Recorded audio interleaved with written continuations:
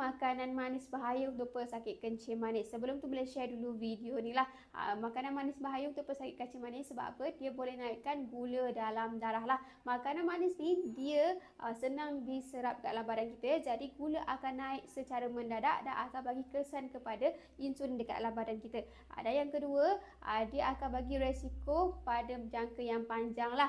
Bila bacaan gula kita selalu naik tinggi, dia boleh rosakkan saraf, mata, buah pinggang dan jantung lah. Cara kawal dia senang je, hadkan kuih muih dan minuman bergula, gantikan dengan buah segar, ulam, makanan tinggi serat, semua tu. Kalau nak makan boleh, tapi jangan berlebihan dan pantau bacaan gula selalu. Nak tahu lebih info ataupun nak kawal gula